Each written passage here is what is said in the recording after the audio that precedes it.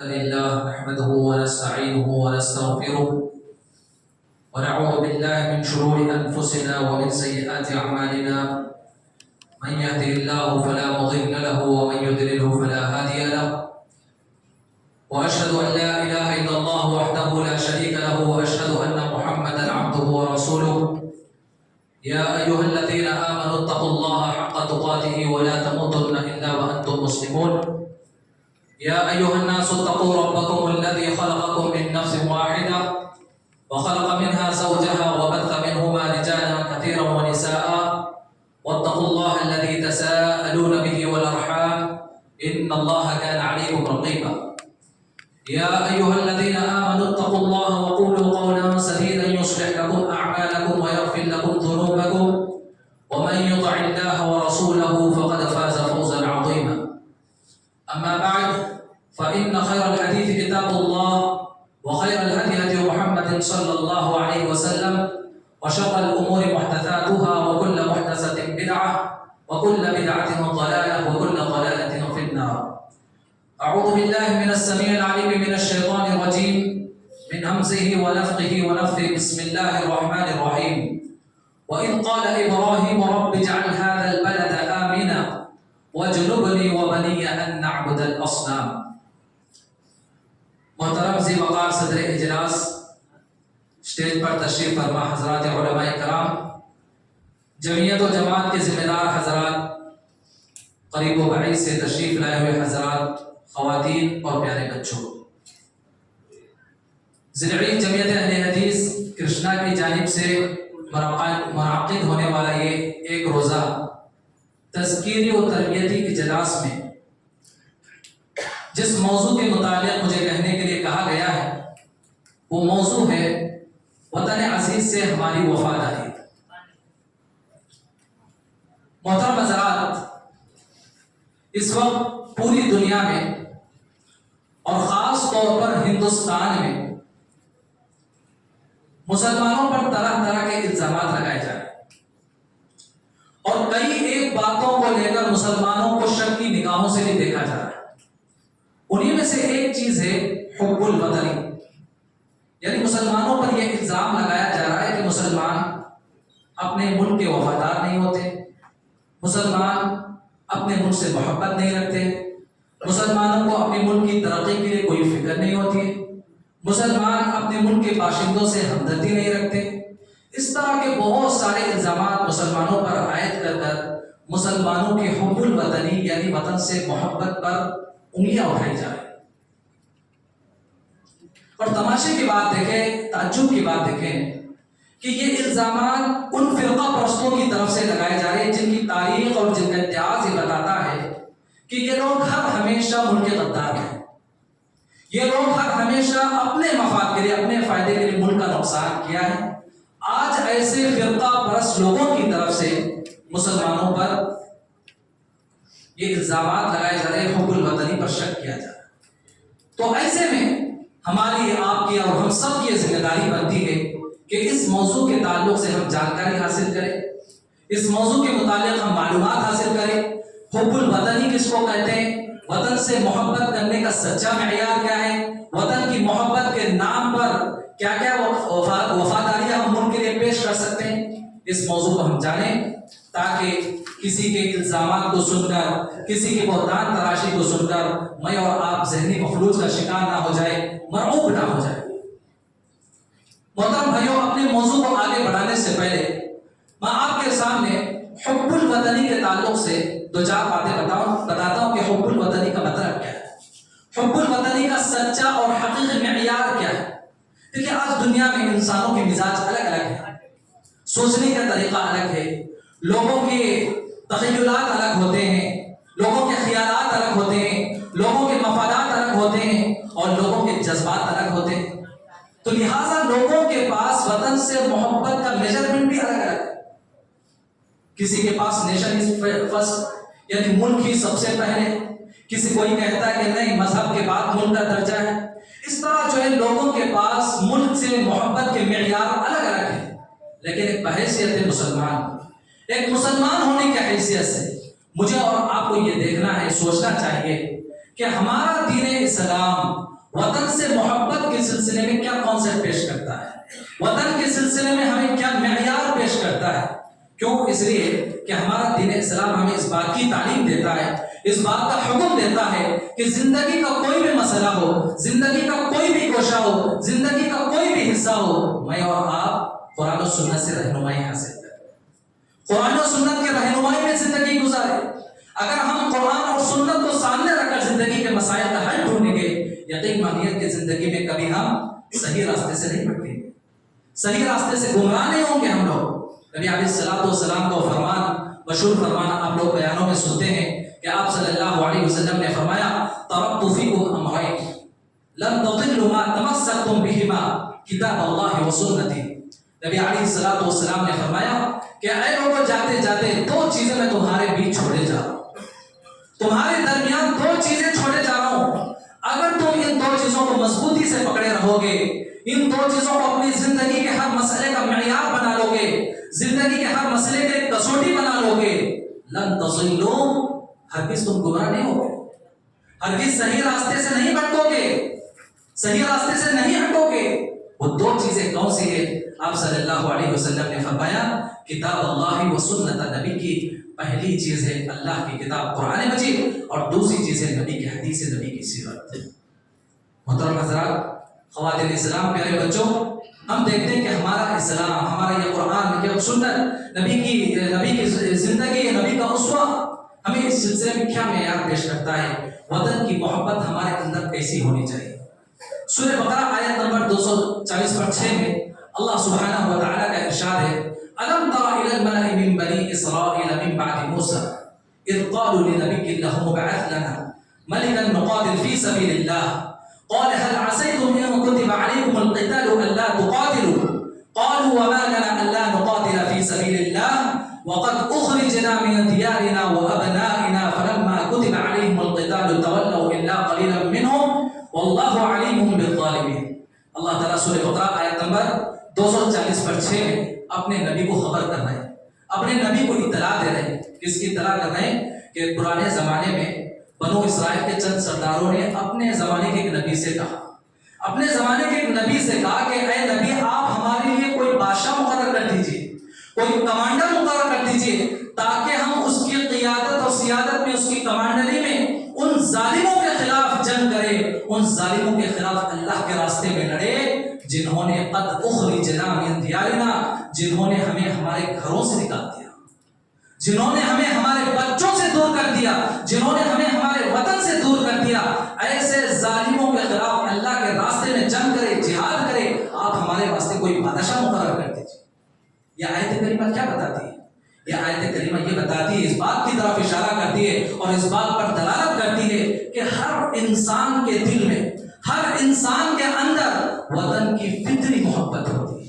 جس گاؤں میں انسان پیدا ہوتا ہے، جس ملک میں انسان بڑا ہوتا ہے، جس علاقے میں انسان پرورش پاتا ہے، زندگی کے کئی مراحل طے کرتا ہے، وہاں کی در و دیوار، وہاں کے گلی کوچے انسان کو بہت یاد آتے ہیں۔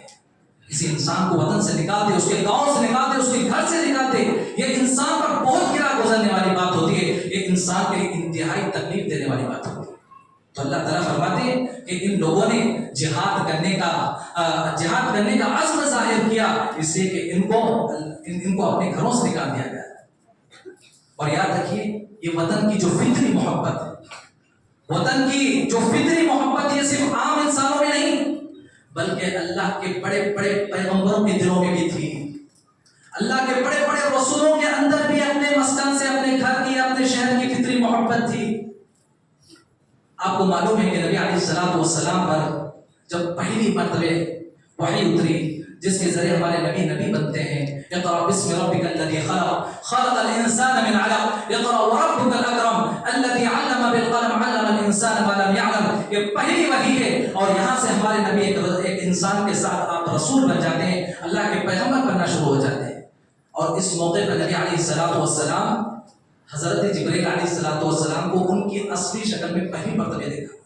جب پہلی مرتبہ دیکھا حضرت جبرائیل کو، ہمارے نبی نے بہت پریشان ہوئے، بہت حیران ہو جاتے ہیں، جلدی غار حرا سے اتر کر گھر جاتے ہیں، اپنے بیوی خدیجہ رضی اللہ تعالی عنہا سے کہتے ہیں زملونی یا خدیجہ، اے خدیجہ تھوڑی دیر کے بعد جب آپ کو سکون ملتا ہے، اطمینان ملتا ہے، تو حضرت خدیجہ آپ کو تسلی دینے کے بعد اپنے ایک رشتہ دار جن کا نام ورقہ بن نوفل ہے، اپنے رشتہ دار کے پاس لے جاتی. وہ بہت بڑے عالم تھے، آسمانی مذاہب کے بڑے جانکاری رکھنے والے آدمی تھے. اللہ کے رسول صلی اللہ علیہ وسلم کی پوری گفتگو کو سننے کے بعد، پورے ماجرے کو سننے کے بعد کہتے ہیں کہ اے محمد، یہ وہی فرشتہ جو تمہارے پاس آیا، یہ وہی فرشتہ ہے جو آج سے سینکڑوں سال پہلے حضرت موسیٰ علیہ السلام کے پاس آیا کرتا تھا. یہ وہی فرشتہ ہے جو آج سے 100 سال پہلے حضرت موسیٰ کے پاس آیا کرتا ہے. اور حضرت ورقہ بن نوفل یہ بھی کہتے ہیں کہ اے محمد، اب تم یہاں سے نبی بن گئے ہو. امام سہیلی رحمۃ اللہ علیہ ایک بہت بڑے سیرت نگار گزرے، اللہ کے رسول کی بایوگرافی لکھنے والے بہت بڑے عالم دین گزرے امام سہیلی رحمۃ اللہ علیہ. وہ مختلف روایات کی روشنی میں بتاتے ہیں کہ حضرت ورقہ بن نوفل نے اللہ کے رسول کی گفتگو کو سننے کے بعد اللہ کے رسول سے 3 باتیں کہی. پہلی بات یہ بتائی کہ اے محمد، اب تم نبی بن گئے ہو، جب آپ لوگوں کو اسلام کی دعوت دینا شروع کرو گے تو سب سے پہلی بات تو یہ ہے کہ تمہاری قوم تمہیں بہت ستائے گی، تمہاری قوم تمہیں بہت اذیت دے گی، تکلیف پہنچائے گی تمہیں. اور دوسری بات یہ بتائی کہ تمہاری قوم تمہاری باتوں کا انکار کرے گی، ڈائریکٹ نہیں مانے گی، سیدھے تمہاری باتوں کو جھٹلائے گی، انکار کرے گی. اور تیسری بات ورقہ بن نوفل نے کہا کہ دیکھو، جب تم دعوت و تبلیغ کا کام کرو گے، تمہارے لوگ تمہیں تمہارے وطن سے بھی نکال دیں گے، تمہارے شہر سے بھی تمہیں نکال دیں گے. امام سہیلی رحمۃ اللہ علیہ جو اس روایت کو بیان کرنے والے سیرت نگار وہ فرماتے ہیں کہ شروع کی جب 2 باتیں کہیں تو اللہ کے رسول حرکت میں نہیں آئے، اللہ کے رسول پریشان نہیں ہوئے. جیسے ہی اللہ کے رسول صلی اللہ علیہ وسلم سے ورقہ بن نوفل نے کہا کہ اے محمد، تمہاری قوم تمہیں وطن سے بھی نکال دے گی، تو آپ صلی اللہ علیہ وسلم حرکت میں آ جاتے ہیں، پریشان ہو جاتے ہیں. اور ورقہ بن نوفل سے حیرت سے پوچھتے ہیں او مخرجیہم، کیا یہ لوگ مجھے وطن سے بھی نکال دیں گے؟ کیا یہ لوگ میرے شہر سے، جہاں میں پیدا ہوا، جہاں میں بڑا ہوا، جہاں میری عمر کے 40 سال کے جو ہے عرصے سال گزر گئے ہیں، کیا یہ لوگ مجھے اپنے وطن سے بھی نکال دیں گے؟ کیا معلوم ہوتا ہے اس واقعے سے کہ ایک عام انسان کیا، ایک پیغمبر کے اندر بھی اپنے مسکن سے، اپنے گاؤں سے، اپنے شہر سے، اپنے ملک سے محبت ہوتی ہے. ایک کون سی محبت ہے؟ فطری محبت ہے، جو انسان کے فطرت میں اللہ نے رکھتی ہے. اور یاد رکھیے، یہ وطن سے نکالنے کی جو دھمکیاں ہیں، جو وارننگز ہے، یہ صرف ہمارے نبی کے ساتھ ہی خاص نہیں، ہمارے نبی سے پہلے جو بھی پیغمبر گزرے اس دنیا میں، اس زمانے کے ظالم، اس زمانے کے دشمنان اسلام بھی اپنے زمانے کے پیغمبر کو یہی دھمکیاں دیتے تھے. جہاں بہت ساری دھمکیاں ان کی ہوتی تھی، ان میں سے ایک وارننگ یہ بھی ہوتی تھی کہ اے پیغمبر، اپنے دعوت و تبلیغ کے کام سے باز آ جاؤ، ورنہ ہم تمہیں شہر سے نکال دیں گے، ہماری زمین سے تمہیں خارج کر دیں گے، نکال دیں گے. کیوں؟ اس لیے کہ کسی انسان کو اس کے گھر سے نکال دیا جاتا تو انسان برداشت نہیں کرتا. انسان کو وہاں کی در و دیواریں بہت یاد آتی ہیں، انسان کو وہاں کی گلیاں محلے بہت یاد آتے ہیں. اللہ تعالیٰ نے سورہ ابراہیم آیت نمبر 13 میں ارشاد فرمایا وقال الذين كفروا لرسلهم لنخرجنكم من ارضنا او لتعودن في ملتنا.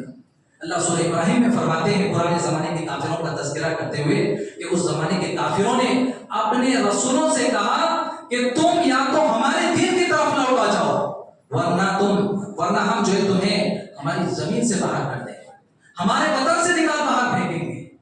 تو یہ تمام آیتیں اور نبی علیہ السلام کا یہ واقعہ، نبی کی سیرت ہم کو یہ بتاتی ہے کہ یاد رکھیے، ہر انسان کے دل میں، ہر انسان کی فطرت میں اللہ سبحانہ و تعالیٰ نے وطن کی محبت کو رکھ دی ہے. جس ملک میں ہم پیدا ہوتے، جس گھر میں ہم پیدا ہوتے، جس گاؤں میں پیدا ہوتے، ہر انسان کے اندر اللہ تعالیٰ نے وطن کی محبت رکھی ہے. اور یاد رکھیے، یہ وطن کی محبت کسی کے بتانے بولنے یا کسی کے سرٹیفکیٹ کے دینے سے حاصل ہونے والی محبت نہیں ہے. یہ محبت فطری محبت ہے. جن چیزوں سے انسان کے تعلقات ہوتے، جن چیزوں سے انسان کے روابط مضبوط ہوتے ہیں، جن افراد سے انسان کے روابط مضبوط ہوتے ہیں، ان چیزوں کی محبت، ان چیزوں سے تعلق انسان کے دل میں پیدا ہو جانا، یہ فطری محبت. بتائیے کیا آدمی کو اپنے ماں باپ سے محبت ہوتی کہ نہیں؟ کوئی سکھاتا ہے کیا ماں باپ سے محبت کرنے کا طریقہ؟ ایک چھوٹا بچہ تھوڑی دیر کے لیے ماں جو ہے چلی جائے کتنا ترملا جاتا ہے، کتنا پریشان ہو جاتا ہے. یہ کون سی محبت ہے؟ یہ فطری محبت ہے. جن چیزوں سے انسان کے روابط مضبوط ہوتے ہیں ان کی محبت انسان کے دل میں بیٹھ جاتی ہے.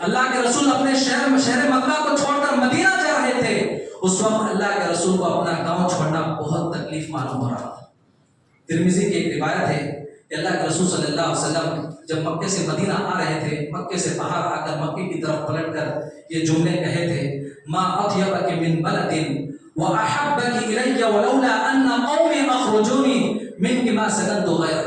ترمذی کی صحیح روایت ہے کہ آپ صلی اللہ علیہ وسلم نے مکے کی طرف رخ کر کر جو ہے بڑے ہی درد بھرے الفاظ میں، بڑے ہی دل سوزی کے ساتھ آپ صلی اللہ علیہ وسلم نے مکہ شہر سے کہا کہ اے مکہ شہر، تو انتہائی پاکیزہ شہر ہے، تو انتہائی مقدس شہر ہے، اور تو میرے نزدیک انتہائی محبوب شہر ہے، پسندیدہ شہر ہے۔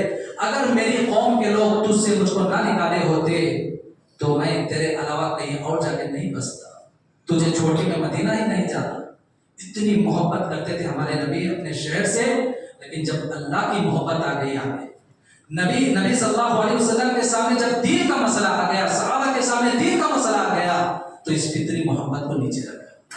تو معلوم کیا ہوا کہ وطن سے محبت کرنا یہ فطری محبت ہے، اسلام اس سے روکتا نہیں ہے، اسلام اس سے منع نہیں کرتا ہے، بلکہ اسلام اس کو قدر کی نگاہوں سے دیکھتا ہے۔ شرط یہ ہے کہ یہ فطری محبت اللہ اور اس کے رسول کی محبت کے اوپر نہیں ہونی چاہیے۔ محترم حضرات، اسی موضوع کو آگے بڑھاتے ہوئے وطن سے ہماری وفاداریاں کیا ہونی چاہیے، اس پر بھی میں انشاءاللہ گفتگو کروں گا۔ دیکھیے، وطن سے محبت کے سلسلے میں آج تو خیر کوئی چیز ڈھکی چھپی نہیں، ہر کوئی نعرہ لگا رہا ہے، ہر کوئی دعوے دار ہے کہ ہم جو ہے اپنے ملک سے محبت کرنے والے، ہم دیش بھکت ہیں، اور اس سلسلے میں کئی لوگ کئی جو چیزیں پیش کرتے ہیں۔ لیکن یاد رکھیے، وطن سے سچی محبت کے تقاضا یہ ہے کہ جس ملک میں، جس شہر میں، جس گاؤں میں ہم رہتے ہیں، اس ملک کے وفادار شہری بن کر جائیں۔ یہ اصل محبت۔ کوئی آدمی کہتا ہے کہ مجھے اپنی اماں سے بہت محبت ہے، آج تو خیر گاڑیوں پر بھی لوگ جو ہے سینٹینس لگا دے رہے ہیں، انگلش میں لکھ رہے ہیں کہ میری ماں ہی میری جنت ہے، میری ماں ہی جو میرے لیے سب کچھ ہے، اس طرح کے انگریزی جملے لکھ رہے ہیں۔ گھر میں وہی ماں کہتی کہ بیٹا ایک گلاس پانی پلا دے، پھر بیٹا بھاگ جاتا۔ ماں کہتی کہ بیٹا میرے پیر دبا دے، بیٹا بھاگ جاتا ہے۔ یہ کیسی محبت ہے؟ محبت یہ ہے کہ جس انسان کے یا جس چیز کے ہم محبت کے دعوے دار ہیں، اس چیز کی قدر کرے، اس چیز کی اطاعت کرے، اس چیز کے وفادار انسان بن کر جیے۔ یہ اصل محبت ہے۔ ہم وطن سے محبت کر رہے ہیں یا نہیں کر رہے ہیں، اس کا عملی مظہر یہ ہے کہ ہم جو ہے وہ ملک کے، اپنے وطن کے وفادار شہری بن کر جیے۔ اسلام ہمیں اس بات کی تعلیم دیتا ہے کہ ہم جہاں بھی رہیں، جدھر بھی رہیں، جس ملک میں بھی رہے، صرف ہندوستان کی بات نہیں، جہاں بھی رہے، جدھر بھی رہے، جس ملک میں بھی رہے، اسلام کی یہ تعلیم ہے کہ ہم اپنی طرف سے انسانوں کی خیر خواہی کریں، انسانیت کی خدمت کریں، ہماری طرف سے، ہماری ذات سے، ہمارے کردار سے، ہمارے گفتار سے انسانوں کا بھلا ہو۔ بار بار وہ آیت کریمہ آپ سنتے ہیں، کنتم خیر امۃ اخرجت للناس تأمرون بالمعروف وتنہون عن المنکر۔ اس آیت کریمہ میں اللہ تعالیٰ نے مسلمانوں کو ایک بہت بڑا ٹائٹل دیا ہے، ایک بہت بڑا اعزاز دیا ہے۔ وہ اعزاز کیا ہے؟ وہ لقب کیا ہے؟ خیر امت۔ خیر امت کا مطلب ہے کہ دنیا میں بے شمار قومیں ہیں، بے شمار نسلیں ہیں، امتیں ہیں، لیکن سب سے بہترین امت کون سی ہے؟ امت مسلمہ۔ سب سے افضل امت کون سی ہے؟ امت مسلمہ۔ یہ صرف اس وجہ سے نہیں کہ ہم مسلمان ہیں افضل ہے، نہیں، اس وجہ سے اخرجت للناس کہ اللہ تعالیٰ نے ہمیں انسانوں کی خدمت کے لیے پیدا کیا ہے، انسانوں کی خیر خواہی کے لیے اللہ نے ہمیں پیدا کیا ہے، انسانوں کی بھلائی چاہنے کے لیے اللہ سبحانہ و تعالیٰ نے ہمیں پیدا کیا ہے۔ نبی علیہ السلام کی حدیث، آپ صلی اللہ علیہ وسلم نے فرمایا کہ معاشرے میں انسان تو بہت ہوں گے، لیکن سب سے بہترین انسان کون ہے؟ سب سے بہترین شخص کون ہے؟ آپ صلی اللہ علیہ وسلم نے فرمایا خیر الناس من ينفع الناس۔ آپ نے فرمایا کہ جو اپنی طرف سے انسانیت کا جتنا بھلا کرتا ہے، جو اپنی طرف سے جو انسانوں کا جتنا فائدہ کرتا ہے، یاد رکھیے وہ معاشرے کا، سماج کا سب سے اچھا انسان ہے۔ ہم اپنے آپ کو کھنگالیں، اپنے آپ کا جائزہ لے کر دیکھیں کہ ہماری طرف سے، ہماری زبان سے، ہمارے ہاتھوں پیر سے، ہمارے کردار سے ہم دوسروں کا کتنا بھلا کر رہے ہیں، تاکہ میں اور آپ معاشرے کے بہتر انسان بن سکیں۔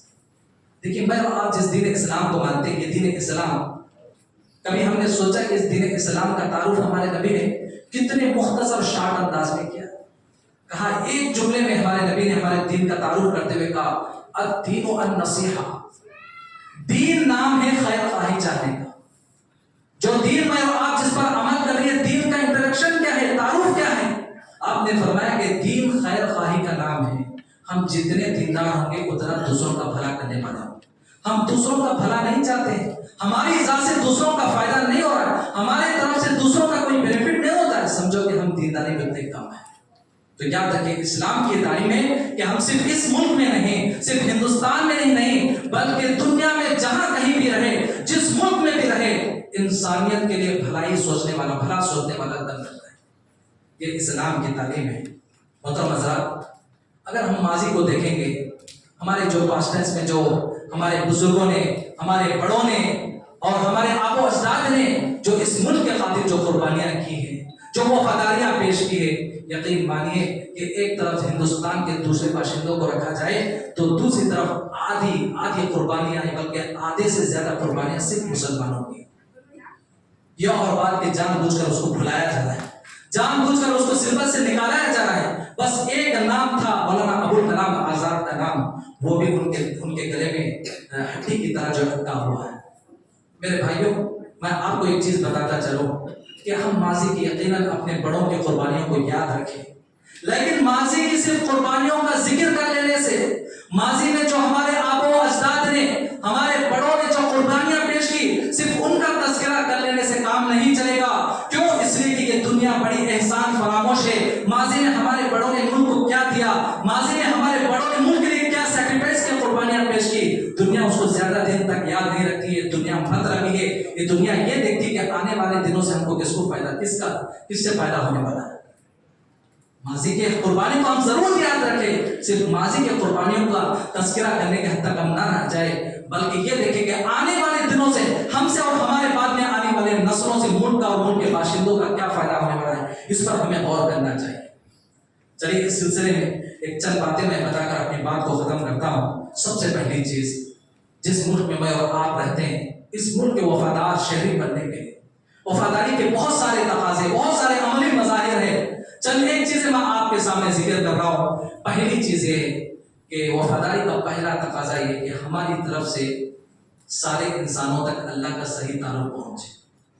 آج ہم دین پر ہیں، آج ہم اسلام کے سائے میں زندگی گزار رہے ہیں. یاد رکھو کہ کسی کی محنت کا نتیجہ ہے، یہ اللہ کے رسول کی محنت کا نتیجہ ہے. ان کے بعد کے ادوار میں جو صحابہ آئے، تابعین آئے، تبع تابعین آئے، تبع تابعین آئے، ان کی محنت کا نتیجہ جو آج ہم مسلمان ہیں. یاد رکھیے جتنے انسان جو کفر کی حالت میں جی رہے ہیں، ہم ان کی دوسری خدمتیں تو ضرور کریں، دوسری ہمدردیاں ضرور دکھائیں، لیکن سب سے بڑی ہمدردی اس سے بڑھ کر کیا ہو سکتی ہے؟ کوئی آدمی جہنم کے آگ کی طرف جا رہا ہے، اس کو ہم جہنم کے آگ سے بچائیں. اس سے بڑی خیر خواہی کیا ہو سکتی ہے؟ کوئی دوزخ میں گرنے جا رہا ہے، ہم اس کا گریبان پکڑ لیں. تو سب سے پہلی چیز یہ کہ ہم اپنے کردار کے ذریعے، اپنے گفتار کے ذریعے، اپنے اخلاق کے ذریعے ہمارے دین کی سچی تصویر ہمارے برادران وطن تک پہنچائے اور ان کو جہنم کے آگ سے بچانے کی کوشش کریں. یہ پہلا تقاضا ہے. اور دوسرا تقاضا ہے کہ اس ملک سے وفاداری کا دوسرا تقاضا ہے کہ جس ملک میں میں اور آپ رہتے ہیں، ہماری ہر ممکن کی کوشش ہونی چاہیے کہ ملک کے اندر امن اور سکون، شانتی پھیلے. میرے بھائیوں، سکون اور شانتی کے بغیر کوئی ملک ترقی نہیں کر سکتا ہے. آپ یہاں بڑے بڑے بزنس مین بیٹھے ہوئے، تاجر بیٹھے ہوئے، جہاں پر جنگیں ہوتی ہیں وہاں پر کمپنیاں انویسٹمنٹ نہیں کرتی. وہاں پر تاجر حضرات، کمپنیاں والے اپنا جو سرمایہ نہیں لگاتے ہیں.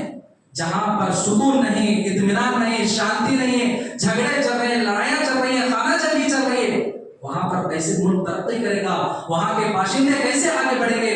تو اس کی طرف بھی ہماری توجہ ہونی چاہیے کہ ہم اپنے ہر عمل کے ذریعے، ہم اپنے ہر کردار کے ذریعے ملک کے اندر شانتی، سکون کو پھیلانے کی کوشش کریں. حضرت ابراہیم علیہ السلام جب مکے میں اللہ کے حکم سے اپنے بیٹے اسماعیل کو اور اپنی بیوی حضرت ہاجر علیہ السلام کو لا کے بسایا، ابھی مکہ آباد نہیں ہوا تھا. حضرت ابراہیم علیہ السلام نے اللہ سے کیا دعا کی؟ کہا کہ رب اجعل هذا البلد آمنا، اللہ اس مکہ شہر کو امن کا گہوارہ بنا دے، اللہ اس مکہ شہر کو امن اور شانتی کا ذریعہ بنا دے. اس لیے کہ ضروری کہ آبادی بسنے کے لیے امن اور شانتی ضروری ہے، ملک کی ترقی کے لیے امن اور شانتی ضروری ہے۔ ہماری طرف سے یہ کوشش ہو کہ جس ملک میں ہم رہتے ہیں وہاں پر امن اور شانتی کے علمبردار بن کر زندگی گزاریں۔ اللہ کے رسول صلی اللہ علیہ وسلم کے نبی بننے سے پہلے کا واقعہ آپ جانتے ہیں کہ مکے میں بدامنی پھیل گئی تھی، مسافر لوٹے جا رہے تھے، مظلوم کا حق دبایا جا رہا تھا، تو مکے کے چند انصاف پسند امن پسند لوگوں نے مل کر ایک انجمن بنائی، ایک کمیٹی، ایک سوسائٹی بنائی، تاکہ اس سوسائٹی کے ذریعے سے مکے کے اندر جو ڈسپلن ختم ہو چکا ہے، مکے کے اندر جو بدامنی پھیلی ہوئی ہے، پیس ختم ہو چکا ہے، اس پیس کو، اس امن کو واپس لایا جائے۔ اس کمیٹی کا نام کیا ہے؟ حلف الفضول۔ اس سوسائٹی کا نام حلف الفضول ہے۔ اور آپ کو بتاتا چلوں کہ یہ واقعہ کب کا ہے؟ ہمارے نبی کے نبی بننے سے پہلے کا واقعہ ہے۔ ہمارے نبی کے نبی بننے سے پہلے کا واقعہ ہے۔ آپ کافروں کے ساتھ مل کر، مشرکین کے ساتھ مل کر، جو انصاف پسند تھے، امن پسند، جو غیر مسلم تھے، ان کے ساتھ مل کر آپ صلی اللہ علیہ وسلم اس حلف الفضول میں کام کیے۔ آپ حلف الفضول کے ایک معزز رکن تھے۔ صرف اتنا ہی نہیں، نبی بننے کے بعد بھی اللہ کے رسول صلی اللہ علیہ وسلم کے سامنے اس کمیٹی کا، سوسائٹی کا جب بھی ذکر ہوتا، تذکرہ ہوتا، تو اللہ کے رسول اس کی تعریف کرتے کہ میرے نبی بننے سے پہلے وہ سوسائٹی تھی، اس سے ہم نے خوب محنت کی، خوب امن پھیلانے کی کوشش کی۔ آپ اس کی تعریف کرتے تھے۔ تو آپ صلی اللہ علیہ وسلم کا یہ کردار یا آپ کا یہ واقعہ ہم کو بتاتا ہے کہ صرف ہم دعاؤں کے حد تک نہیں، اپنے حسن تدبیر کے ذریعے، اچھے پلاننگ کے ذریعے، جس ملک میں، جس معاشرے میں ہم رہتے ہیں میرے بھائیوں بہنوں، اس میں امن اور شانتی لانے کی کوشش کرے۔ شانتی کے بغیر نہ ہم سکون سے رہ سکتے ہیں اور نہ کوئی اور سکون سے رہ سکتا ہے۔ آپ کو مشہور حدیث آپ کے سامنے ذکر کر رہا ہوں۔ اللہ کے رسول صلی اللہ علیہ وسلم کی حدیث ہے کہ آپ نے فرمایا کہ جو بندہ اپنے گھر میں اس حالت میں صبح کر رہا ہے کہ اس کے ہاتھوں پیر میں صحت ہے، اس کے ہاتھوں پیر میں صحت ہے، اس کی طبیعت بالکل ٹھیک ٹھاک ہے، اور دوسری نعمت اس کے پاس کیا ہے کہ جس ماحول میں صبح کر رہا وہ ماحول پرعافیت ہے، پرسکون ماحول میں صبح کر رہا ہے۔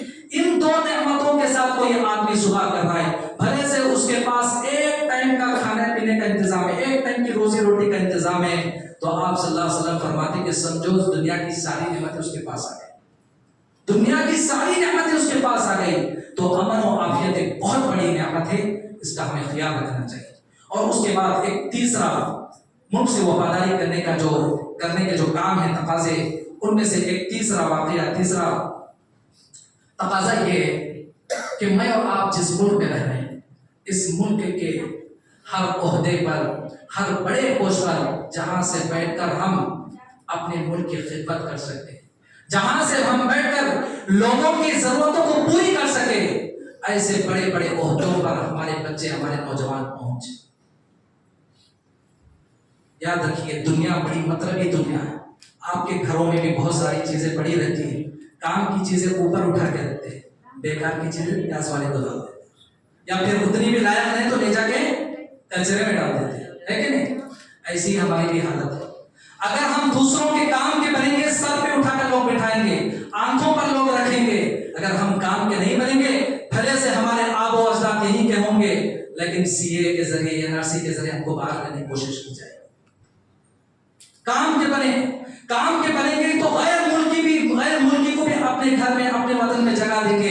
میں آپ کو جو ہے قرآن مجید کے حوالے سے ایک واقعہ بتاتا ہوں۔ قرآن مجید نے اس سلسلے میں حضرت یوسف علیہ السلام کا ایک بہترین جو نمونہ پیش کیا ہے کہ یوسف علیہ السلام نے جب دیکھا کہ مصر کے اندر قحط سالی آنے والی ہے، لوگ بھوک مری سے مرنے والے ہیں، لوگ کھانے پینے اور دانے پانی کے لیے ترسنے والے ہیں، تو حضرت یوسف علیہ السلام نے اپنے وقت کے بادشاہ سے، عزیز مصر سے کہا، اجعلنی علی خزائن الارض، میں دیکھ رہا ہوں کہ یہاں قحط سالی آنے والے ہیں، اب اس سے بہترین انسانیت کا خدمت کا موقع کیا ہو سکتا ہے؟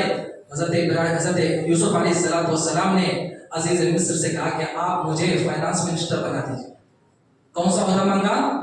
فائنانس منسٹر بنا دیجیے۔ حالانکہ اسلام میں عہدہ مانگنا بری بات ہے، لیکن کسی مصلحت کے تحت آدمی، بشرطے کہ وہ آدمی اس کا حقدار ہو، آدمی مانگ سکتا ہے۔ تو حضرت یوسف نے عہدہ مانگا، اور جب عہدہ ملا تو ایسی خدمت کی کہ جو ہزاروں کے لاکھوں جانیں جو قحط سالی کے واسطے قحط سالی کی وجہ سے ختم ہونے والی تھی، حضرت یوسف علیہ السلام نے اپنی پلاننگ کے ذریعے، اپنی صلاحیت کے ذریعے ان لوگوں کی جانیں بچائی۔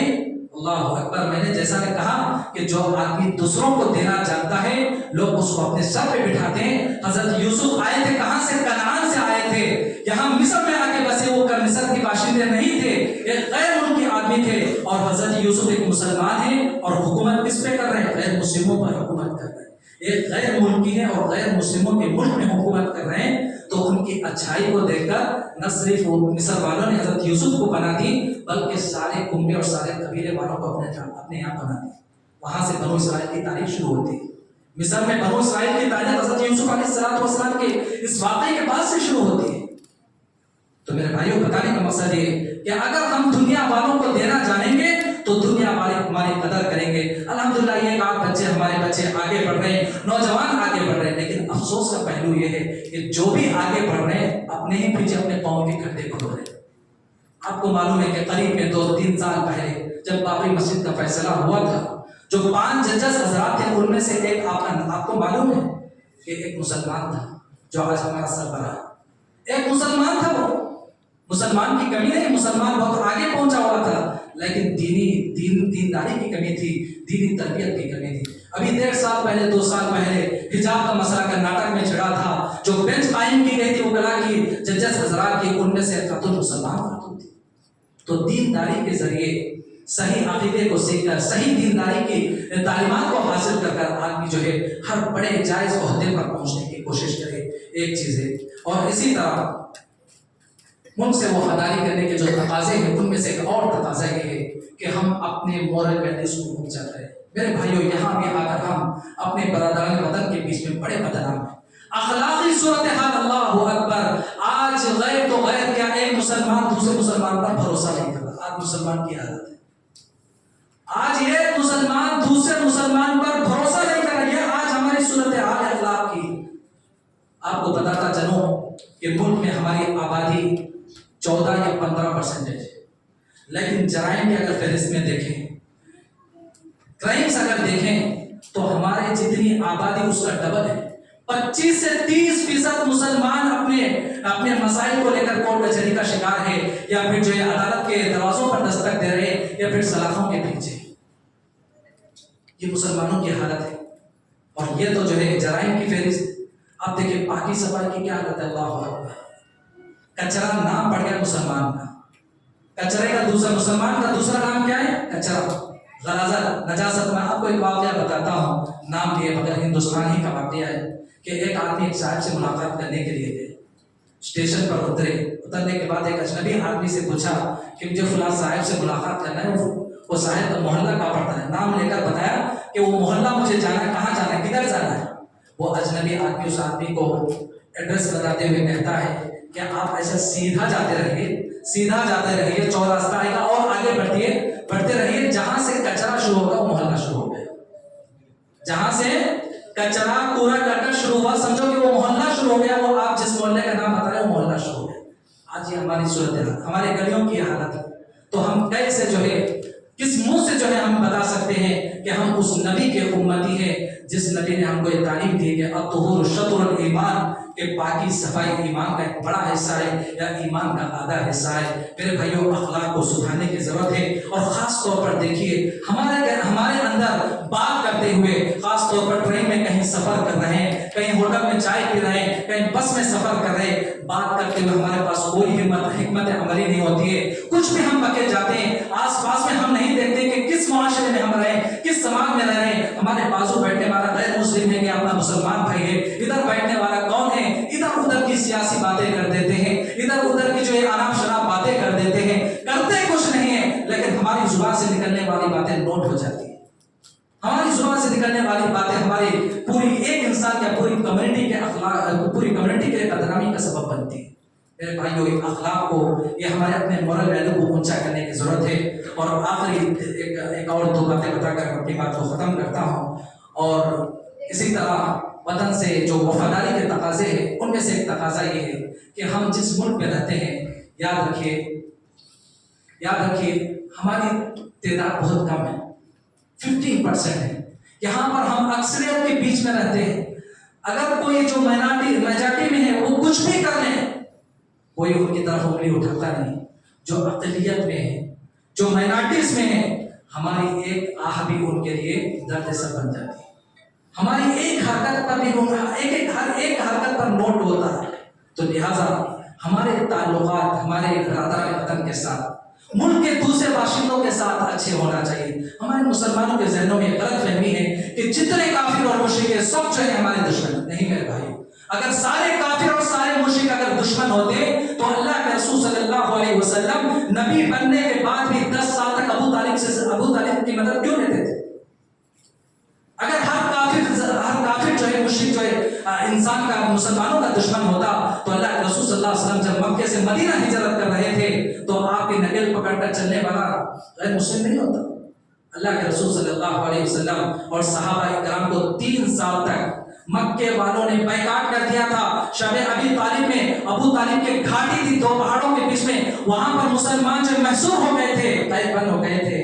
صرف مسلمان ہی نہیں تھے، مسلمانوں کے ساتھ ساتھ اللہ کے رسول کے جو خاندان کے لوگ تھے، بنو ہاشم کے غیر مسلم بھی تھے. بتانا یہ ہے کہ سارے کافر اور سارے مشرک ابو جہل ابو لہب نہیں ہوتے.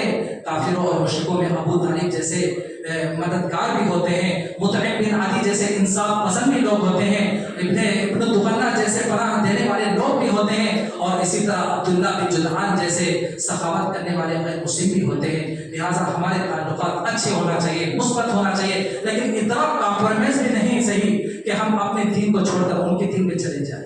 لکم دینکم ولی دین، ان کا دین ان کے لیے، ہمارا دین ہمارے لیے، لیکن تعلقات سب سے اچھے ہو. اور آخری بات یہ ہے کہ جس ملک میں میں اور آپ رہتے ہیں، یاد رکھیے یہاں بہت سارے مذاہب کے لوگ ہیں.